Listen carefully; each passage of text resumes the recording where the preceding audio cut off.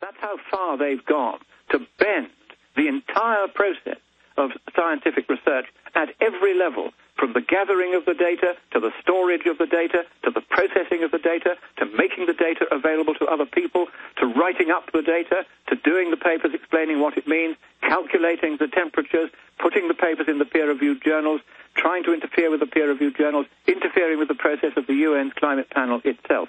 It is a conspiracy from top to bottom, run by extremely powerful scientists who had got away for decades with challenging anyone who dared to argue with them by saying, you're not a scientist, you don't know what you're talking about, we're not going to pay any attention to you. They've said that to me and about me time and again. They describe me in one of their emails as a charlatan. Well, I don't mind insults, but these people are charlatans themselves. Pot calls kettle black. These people deserve to be locked up, and locked up for a very, very, very long time, and never, ever again to be allowed to hold any position of public trust or be paid a single penny of taxpayers' money. Well, Lord Monckton, that's the point, is there's so much fraud as I sit here and research it, saying that polar bears couldn't swim when they're the greatest land swimmer and hunt on the ice floes, and their numbers have exploded. Fact. Local news in Austin last night said the polar bears are all dying. Total fraud. Lying with the hockey stick. Al Gore putting the graph together, knowing that carbon dioxide comes after warming, lying about that. And then saying all scientists agreed with them and pointing to their 2,500 pets when it was only 3 universities, as you pointed out, producing the fraud. The others just signed on to the fraud, believing it. Then we have them calling people climate deniers, saying people need to be locked up who disagree with them, clearly authoritarian. I mean, this is outrageous. And now the U.S. climate czar in the Washington Times says hacked emails don't change anything. And I've seen London Guardian articles where they're whining, talking about how you and others are persecuting the poor scientist when they're in the emails talking about how to persecute you. That's right, and I'm going to go on persecuting them, if that's the way they like to call it. I am going to go on because whether they like it or not, and they've done more than anyone to try to stop the world continuing to be free, well, we've had people like James Hansen, you've just quoted him, saying that people like me should be placed on trial for high crimes against humanity. Hey, I'm not the person killing people by starvation worldwide because of mad policies based on bad science. That's what they're doing. And they have got to go on trial for high crimes against humanity because what they have been doing is they have been recklessly and deliberately making up science, falsifying science, then doing their best to use the cover of the Data Protection Act and government privilege to prevent people from other scientists from legitimately asking to get the data which they then said they would destroy rather than giving it out. It is at every level a howling outrage. How we deal with it, I think that there are going to have to be prosecutions on this side of the Atlantic, indictments on your side.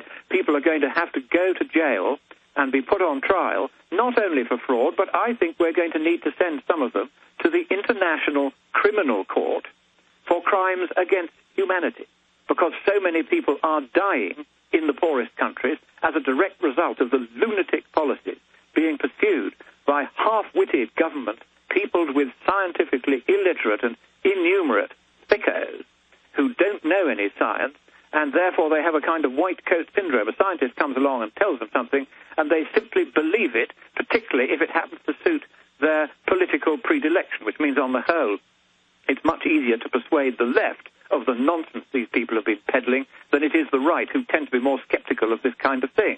But even even on the right, like our government here and like Malcolm Turnbull, the opposition in the United States, in Australia, they have been taking the side of the climate wreckers, these people who are making up the data.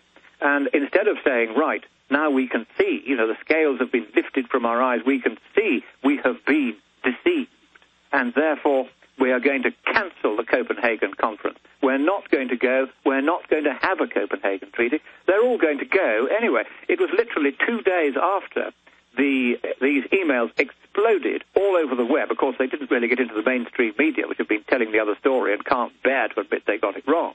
but the Internet has exploded with these emails. 2 days after that, President Obama announces, I'm going to Copenhagen. We've got to save the planet. What planet is he trying to save? It was saved 2,000 years ago, and it certainly doesn't need to be saved now by President Obama. Thank you very much. Yeah, these fraudsters go even further, billing Al Gore in Newsweek as the prophet, his plan for the earth. He's going to save us. When we come back, I want to get into the point you made about people dying. Anyone can Google and find mainstream university reports where if they make moderate carbon dioxide cuts in industry, 1 billion third world people will die in the next decade. That is a conservative estimate, and we have the Royal Commission on Population from the 40s discussing this. Lord Monckton is our guest. He is going to Copenhagen. I just talked to him. He's going to be gracious enough to give us a report from Copenhagen. This is just amazing.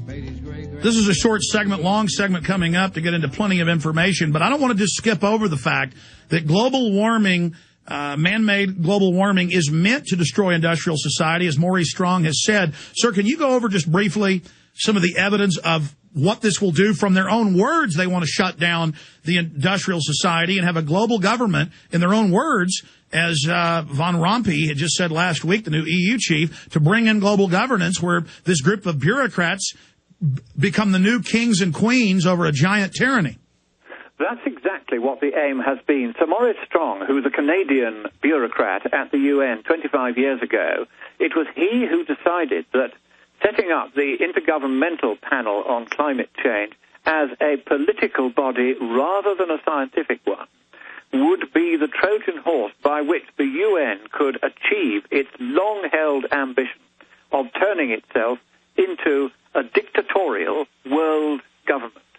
And a few weeks ago, thanks to a very diligent scientist called Willie Soon at the Harvard-Smithsonian Institute for Astrophysics, I was able to get hold of an advanced copy of the draft Treaty of Copenhagen, which I'm going to go to Copenhagen to try to negotiate away next week. But there'll be 200 countries there, 250 UN bureaucracies, different bureaucracies will be there, let alone how many bureaucrats in each bureaucracy. A huge jamboree. And in the draft treaty, it said they were going to set up a world government. The word government actually appears in the treaty in this context for the first time that I've ever seen it, and I've negotiated quite a few of these treaties in the past. And it's going to give this government the power to control all formerly free markets, a point which Van Rompuy, the new dictator of Europe, has also just said. He doesn't want free markets anymore, he wants it regulated. And that's what they're going to do to markets all around the world, all in the name of saving the planet from a problem we know is no longer a real problem. Well, that's what Ban Ki-moon said in the New York Times 3 weeks ago. He said the UN will control world resources and a global government. That's exactly their ambition.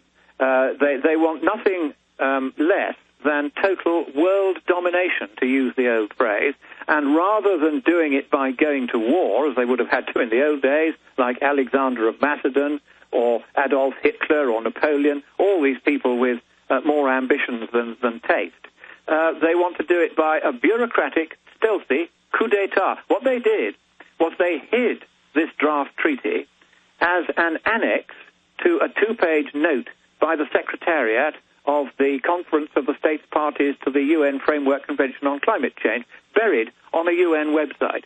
That's where Willie Soon, who reads everything, thank heavens, found it. He saw it, sent it straight to me, and I discovered in the annex to this note 186 pages of a draft treaty, which they had kept secret by putting it openly on a website but burying it as an annex without saying it was there. So that when they had eventually pushed this treaty through, they were going to turn round with looks of surprise on their faces and say, what do you mean we hadn't published it? It's been on our website for weeks.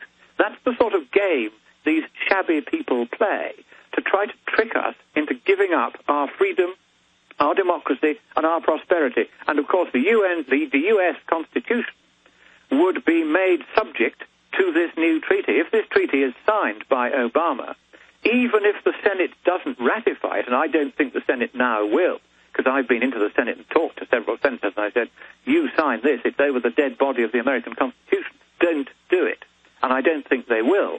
I've spoken to several of them now. The trouble is, though, that Obama might just say, well, I have signed this this treaty using my executive authority as president, and I am either going to enact it into domestic law by a simple majority of both houses as an ordinary domestic law, or I'm going to go to the Supreme Court and say, look, the trend of law is towards global governance and dictatorship now. Democracy has had its day, and the Supreme Court, as at present constituted, which hates democracy with a passionate and abiding loathing, will go along with him, I fear, and grant him his wish.